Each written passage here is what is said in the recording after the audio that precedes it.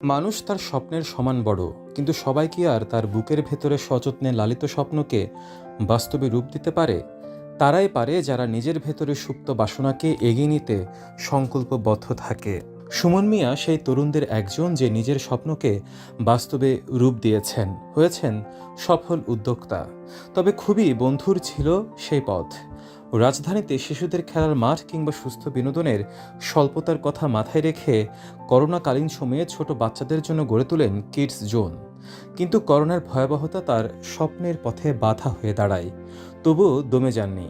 অনেকটা লোকসান দিয়ে করোনাকালীন সময়টা পার করেছেন অত্যন্ত ধৈর্যের সাথে। পরবর্তীতে পরিস্থিতি ভালো হলে বাড়তে থাকে তার এই কিডস জোনের জনপ্রিয়তা। এখানে শুধু শিশুদের বিনোদনই নয়, শিশুর মানসিক বিকাশ ও সামাজিক আচরণেরও শিক্ষা দেওয়া হয়। ঢাকা শহরের ইটকাটের জঞ্জালে যেখানে শিশুদের শারীরিক ও মানসিক বিকাশ সংকটে পড়েছে, সেখানে এই ফ্যান্টাসি কিডস জোন নিঃসন্দেহে শিশু সহায়ক বিনোদন কেন্দ্র হিসেবে একটি মাইল ফলক, বিশেষ করে মধ্যবিত্ত পরিবারের জন্য। সুমন মিয়া তার এই স্বপ্নকে বিস্তৃত করতে চান বহুদূর পর্যন্ত। শুধু অর্থ উপার্জনই নয়, শিশুদের মানসিক ও শারীরিক বিকাশ গঠনে একটি সুস্থ সুন্দর পরিবেশ গঠন করে সমাজকে আলোকিত করাই তার লক্ষ্য।